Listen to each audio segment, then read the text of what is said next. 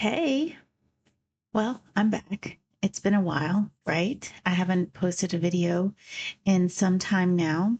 Um, Reason being is because I really got tired of doing flip throughs, the card flip throughs. I don't know.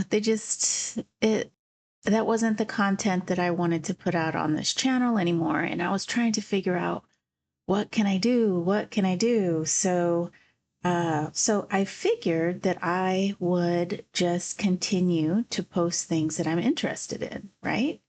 And so that's kind of what this channel has always been about, is the things that I'm interested in. And I read this book and I really like this book. It's making a profound impact in my life, and I want to share it with you. So the book is called The Ruthless Elimination of Hurry. I have some notes over here on my screen, so I will be referring to them to make sure that I capture everything that I want to say. So I do have a new setup here too. It's a little bit cozier. This lamp, I initially bought this lamp like 3 years ago. Well, maybe not three, two. 3 actually. Okay, it doesn't matter. Anyway, and I like this lamp. It's kind of cool. It's kind of an antique looking lamp, and I bought it with the intent to make YouTube videos out of it, just kind of in a cozy little uh, chair like what I'm in right now. This actually is my husband's grandfather's chair. It is an antique, and it was given to me by my mother-in-law. And unfortunately, the cats have gotten to it. The kids have made a mess of it. It needs to be reupholstered. And, but that's what I'm going to do. I'm keeping this chair and I'm going to reupholster it. I love this wing back here. And I love old furniture. So anyhow, I'm doing what I set out to do a few years ago, and I'm using the props. So, so back to the book. My stepdad died about 3 weeks ago, and so we were at my mom's house, consoling her, supporting her, and one day my uncle comes, and my uncle Pete, and he gives my mom this little orange book, and it's called The Ruthless Elimination of Hurry by John Mark Comer. And Mr. Comer is actually a pastor. So this book is Jesus leaning. And I grew up with Jesus, and my family's Catholic. And and I think he has some good teachings. There are some wonderful teachings in the Bible. It's just that well, we're not going to go there. But this book, it has some wonderful information in it, and I'm going to share it with you. So when my uncle gave the book, my interest was piqued, and so I love books. So we started talking about his experiences, and he was like, you know what, you need to read this book, and because I was reading the Aztec metaphysics, and it's a really thick book. And my uncle was like, you need to read this book, and I was like, yeah, I think that's a good idea. I'm a hurried person. I'm always busy, and I'm actually getting a little tired of it. So anyway, I read the book, and I'm glad I did. And I've already implemented some things, and to be honest, a lot of those things I was already starting to implement because I already, you know, I know. And that's what my kids say all the time. I know, mom. I know. Um, and so but the book just really highlighted some things to me. It put the spotlight on things, and it put me in action, really. So I am a busy individual. I wasn't her. Well, I guess I was formerly a busy individual. I walked fast. I talked fast. I avoided small talk. just so I could get to the point because, I had things to do. I don't have time to sit here and bond with you. But I think a lot of us are like that. I think a lot of us are in a hurry, and I think, well, it's most of us, right? It's generally not a good idea to make generalizations, right? But this hurriedness keeps us from living a satisfied life. And before Mark starts in with the solution, of course, he gives this big background, right? He starts talking about how Jesus was not in a hurry to do anything. Okay. He would heal people on his own time. He would take time, spend a night in the desert, right? To be with God, to commune with God, to speak to God. And then he would go heal. He took time to refill his cup, as we like to say, to recharge, right?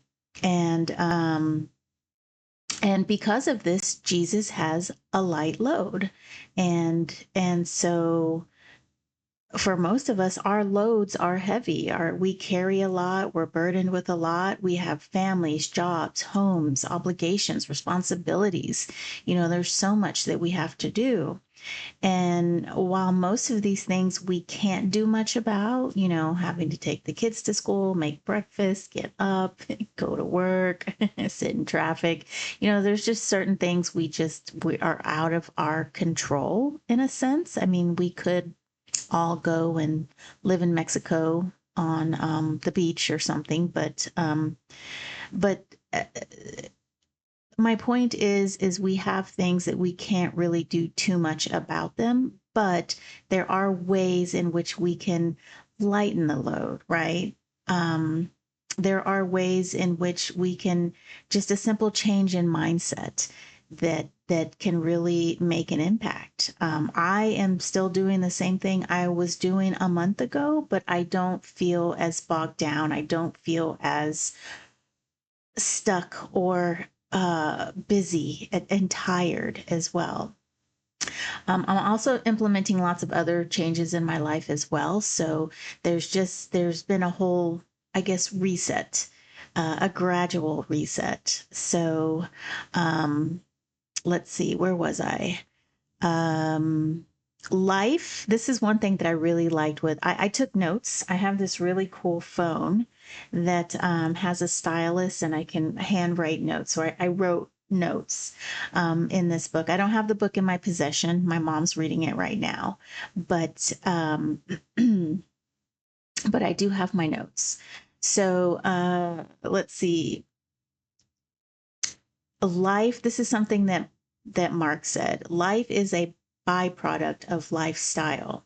Life is the experience of humans, and lifestyle is the rhythm and routines of day-to-day existence, right? So your lifestyle is the product of your life. And if your lifestyle isn't conducive to the type of life that you want to live, then it's not going to be fulfilling. You're going to feel like something's missing, or it's just not. It's you have to do the things to get the life that you want, right? There's a saying in accounting: garbage in, garbage out.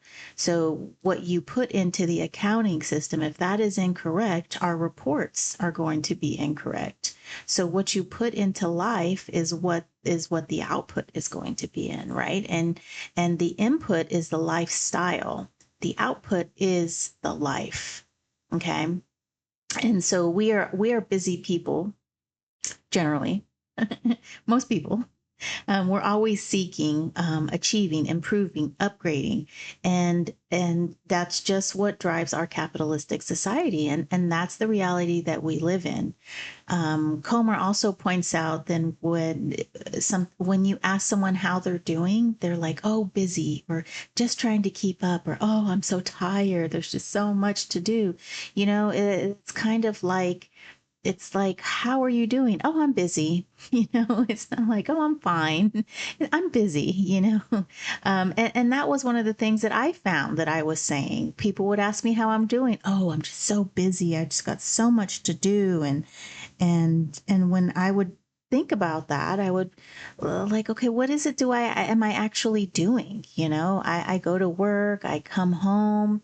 A lot of times I come home and I kind of just decompress, and I'll continue working because I work, a third at home of my day at home and two-thirds at the office. I do have a flexible job in which, I can leave early. So sometimes I'll come home and I'll work all the way till 7 because I'll just lose track of time. But then after 7, I have about 2 or 3 hours in which I can do something. And I don't even know what I did with those 2 or 3 hours prior. Right. So that's another thing that Mark talks about, is that we need to, in the book, you start keeping track of what it is you're doing throughout the day, and you'll be able to see what you can take out of your day, right? What is not serving you, what's not getting you to that, what's in your lifestyle that's not getting you that life that you want. So this book is great. I'm going to synopsis. I'm going to synthesize it here, and there's also a workbook, a link to the workbook, which is also going to go a little bit more in depth than what I'm doing. But I do recommend reading this book. It's a great book. I keep saying that because it is, right? Let's see. Busyness is a state of mind. That is one takeaway um, I mean, we can all be busy. We all have things to do, right? You ask, can we meet today? No, I'm busy from this time to this time, but I have free time in this 30-minute time period, and we can meet then. So you're not busy is not a a noun. It's a verb. We're busy for a short period of time, and then there's sometimes we're not always busy. Okay. So with that being said, I'm brought to the time where um, a person who I love spending time with, I like talking to them, and I admire that person very much. And she asked me if I wanted to do a YouTube live. And my response to her is like, well, I don't know when I would do that. I'm just so busy all the time. And to which she replied, that is a very self-limiting belief. And at first I was just like, "Oh, excuse me, how dare you discount my busyness?" I was slightly offended, but I was like, she's right. It is self-limiting, because you can usually make time for something. It's just that if you just think you're like this busy person and you've got so much to do, when someone invites you to do something, to take some time, spend some time, to relate to one another, to hang out, to connect. And if you have this busy mindset, you don't have time to connect. You she was so right. It's such a self-limiting belief. It's a limiting thought to just be like, I am busy all the time.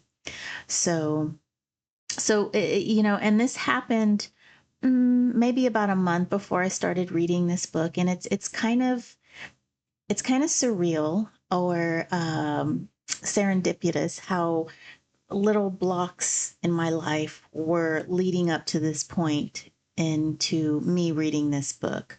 And I was a fast walker. I was I'm still kind of a multitasker. That's a hard thing to release, is the multitasking I'm finding. I take on many things at once. And the reasons for this is something that I've thought about, and I pondered deeply. Why are we so busy? Why is this a crutch, right?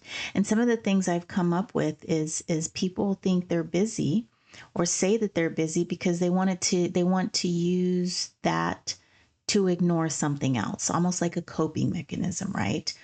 Someone who's a workaholic, something around those realms, you know. And I'm always thinking about when, you know, we go to my sister's house. She has a hard time. She doesn't like to make deep connections, you know. And so when people go to her house, she's always busy cleaning, cleaning, cleaning. She doesn't sit down and enjoy her guests. She's just like doing this and doing that and doing, you know, worrying about everything, not just sitting and taking in this experience. Okay. Some people are busy because they just don't feel they're worthy of resting, that they need to go, go, go. And some people feel like they just have to do everything in order for it to get done correctly. Some people feel that if they're not busy, if they're not always going, they are lazy or they will be perceived as lazy. And some people can always need to be busy because they need to get to the next level. They need to level up. They need to upgrade. They just need to keep getting higher and higher and getting to that next percentage point, right? So it's almost like we're all trying to be maximized at all times for whatever the reason is, right? However, this approach is not sustainable. You know, it's inevitable that we're going to slow down and our energy is finite. We need to stop. We need to slow down. We need to recharge. We need to experience, right? And perhaps this restlessness is what society is feeling as a whole. You know, we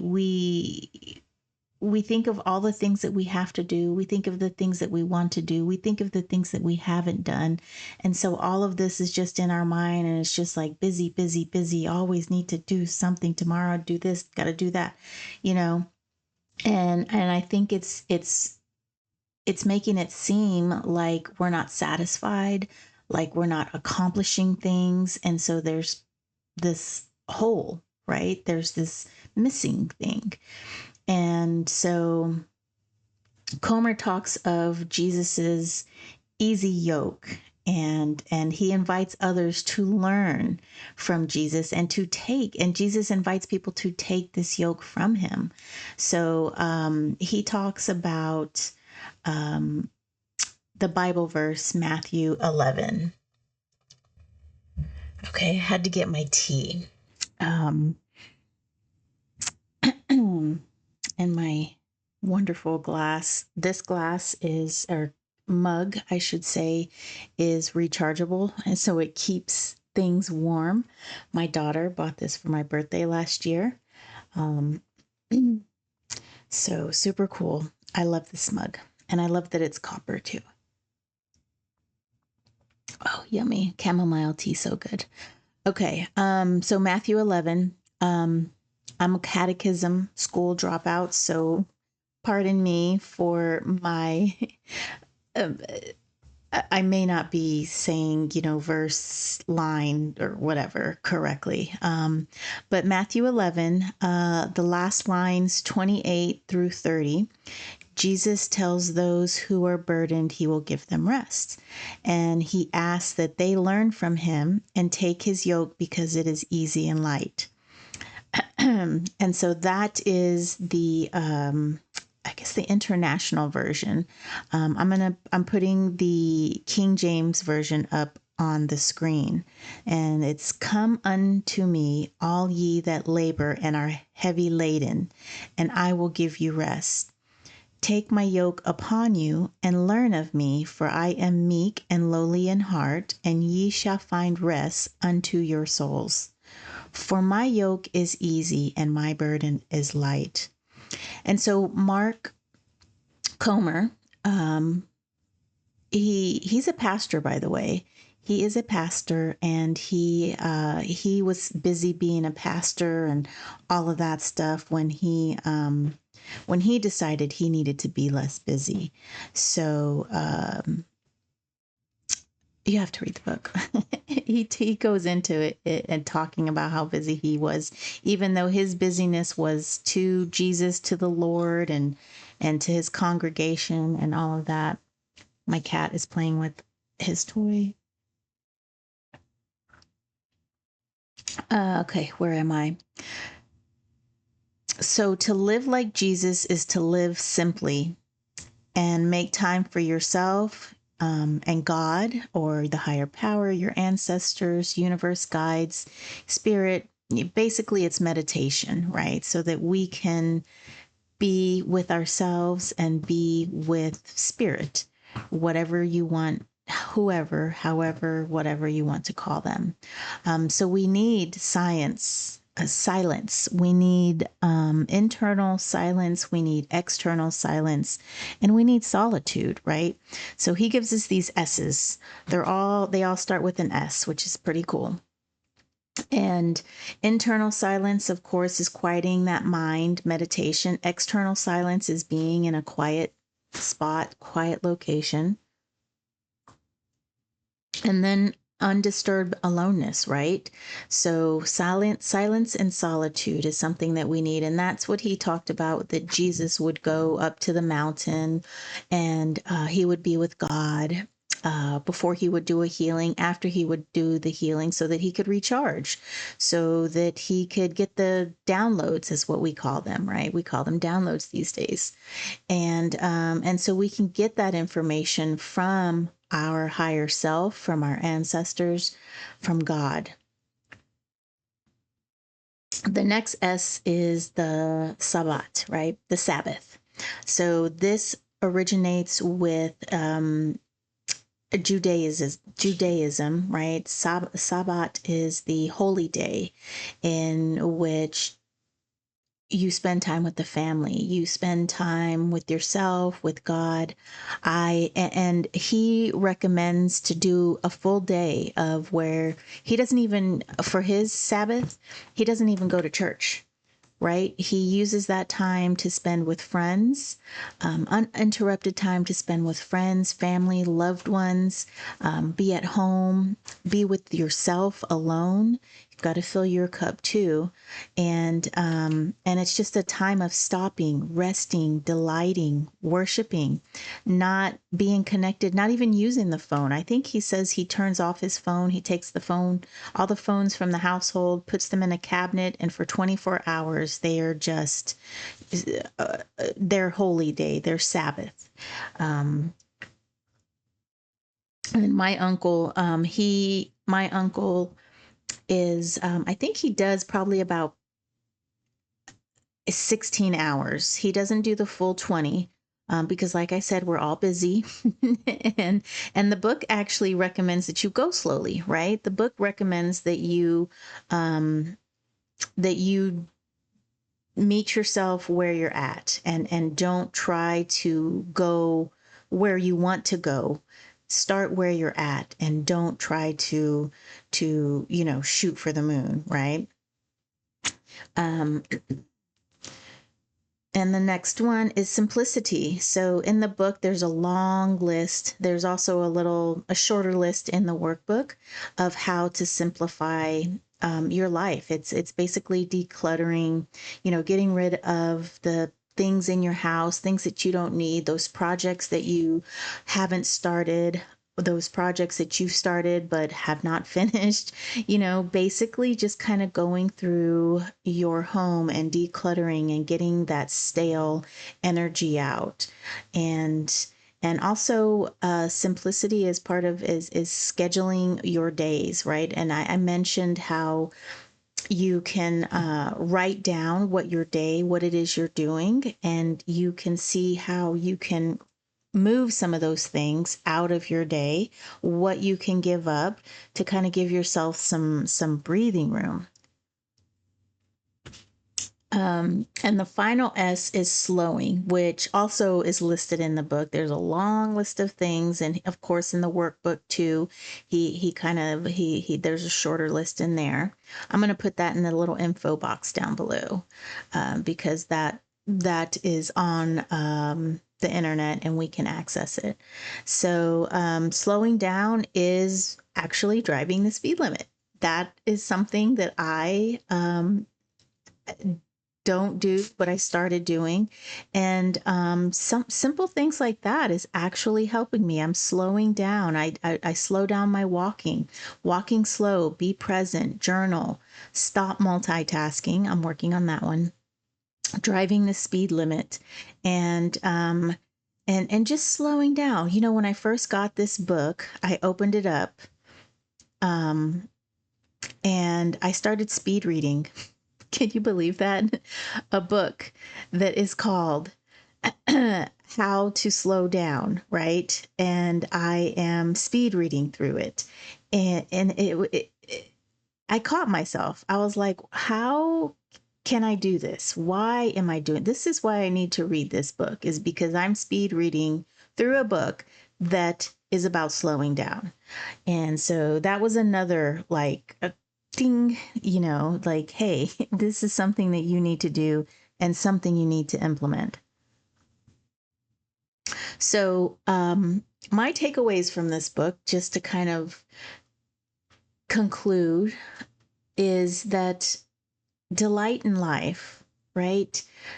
If you're rushing through it, you're not savoring the moments. You're not living life. You're allowing life to direct you and live you, basically.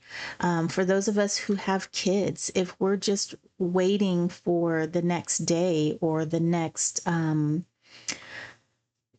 just waiting to get till tomorrow, waiting to go to bed, waiting to get home, waiting to get homework done, you know, and not actually living the moments, we're going to miss out on our kids' childhood. And all of a sudden they're going to be adults and we're not going to remember anything because we were so focused on getting to the next that we didn't savor and we didn't delight in those little things, right? In those little funnies that children do, those little irritations that piss you off, but then you think about it a few years later and you can laugh about it. Um, it's that type of thing where we need to slow down and we need to just be more present.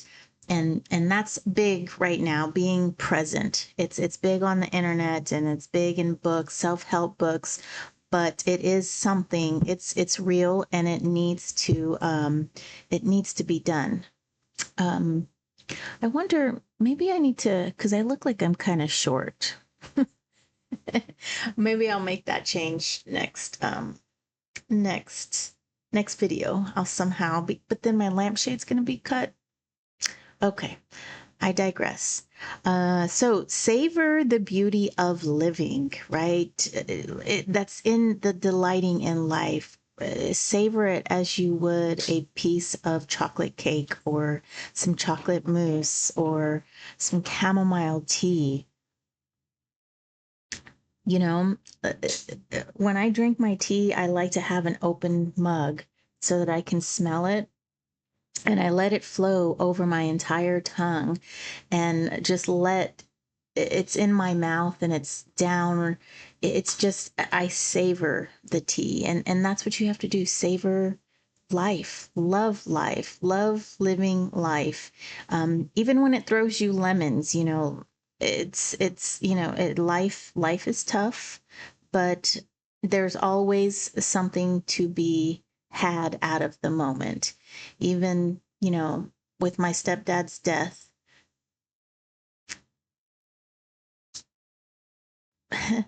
remembering him and all of the family coming together, that was wonderful. That was amazing. And for us to come together in um, support of my mom, and for us just to drop everything and be there for her, that was something very beautiful.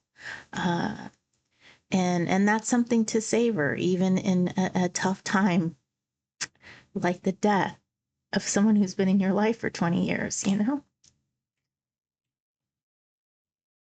His death hit me a lot harder than I thought it was going to. I'm going to take a moment really quickly.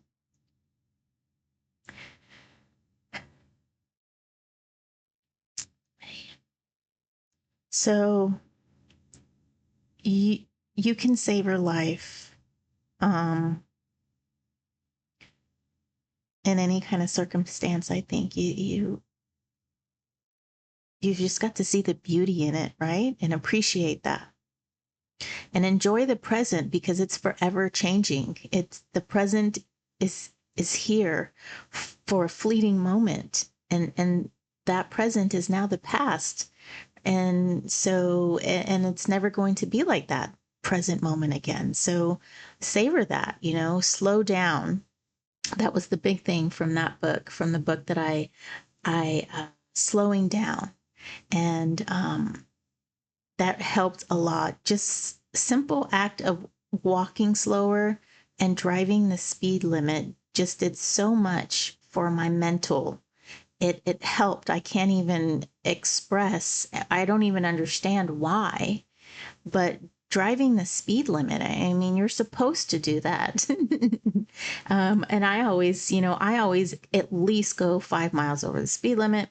If I'm on the freeway, if I'm not going 80, I'm just like, this is too slow. But, you can't really drive 80 in a 60. I've gotten pulled over a few times and, that's not good. Oh my gosh, I just wiped my eyeliner. It's because I had a tear like stuck over here. Okay, it looks fine. It looks fine. I'm gonna stop worrying about it. Okay, I am. And the Sabbath, I haven't implemented that. I need to pick a day. But what I'm envisioning for my Sabbath is that I will work on my house. I need to work on making my house a little bit more homey. I have some clutter that I definitely need to get rid of. I want to work on my yard. I love to be outside. I love to be in nature, but my yard doesn't reflect that love. So that's what I want to do. And to me, nature is life. Nature is God. We're all part of nature. We are nature. We are God, and to me, spending that time out there, while it may seem like work to some people, to me, it's actually communing with life, with God, with spirit, with my ancestors. We're all made of the same atoms. Okay, I'm going to digress. But just to be working with the dirt, working with the plants, helping them grow, being part of that, being part of the beautification of my space that I live in, that my children live in, is to me a very spiritual thing. So that's what my Sabbath is going to be like, and definitely going to disconnect the phone while I'm on my Sabbath, uh, and quiet time. That's another thing that I've gotten from this book. I spend quiet time with my ancestors, but it's like it's a multitask quiet time. And I always say my ancestors know me. They know I'm a busy person. They know what to expect from me. So a lot of the times when I'm driving, that's the time that I spend with them. But I can spend more time at my altar, and that's where the energy is the strongest, I find. And I need to get back to doing that. Also working outside with the moon. I used to go out every full moon and do my work out there. Every single full moon I would do that. And now they're few and far in between. I think the last full moon was like 2 months ago that I was outside. So that is something that I I I'm going to get back into. And journaling too. My journal activity has always pretty much been sporadic. So funny. I started journals for each kid in which I would journal things for them. I bought separate journals, and I mean, it would be months in between that I would write something. And eventually it became years because then I got my journal. I have like a journal for everything. It's just, I love paper and pens. But I do need to get back to journaling, and that's going to be part of, excuse me, my alone time, my quiet time. Um, and I am no longer busy. That is another takeaway. I don't feel as rushed. I don't feel as tired. I don't feel as unfulfilled. And it's only been, 3 weeks, 2 weeks that I have just implemented these tiny things.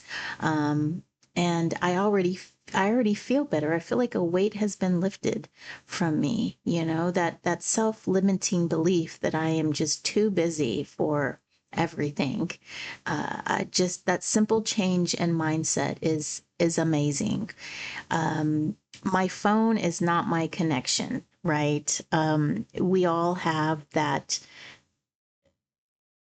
I don't even know what to call it, but we're all on our phone so much. And that's not the connection that we need. It's eye contact, it's touch, it's talking, face to face, or even a phone call, and it's getting that little smirk, or that it's the phone is taking away, I think, that human connection. My gosh. And simplifying. So simplifying, I'm going to declutter the house. I've got lots of projects in my hang on one second. I've got a bad cat. Okay.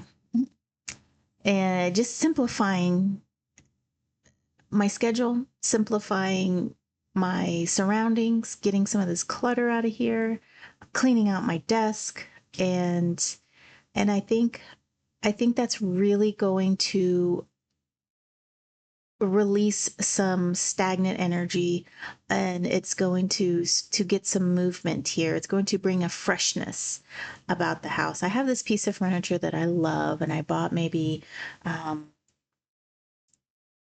6 years ago, and it's actually an entertainment center for a TVs before they were as huge as they are now. We have like a beautiful cabinets. It's this dark wood, and I bought it with the intent that we're going to move out of this house because it's too big for any area that I have. It's just too big.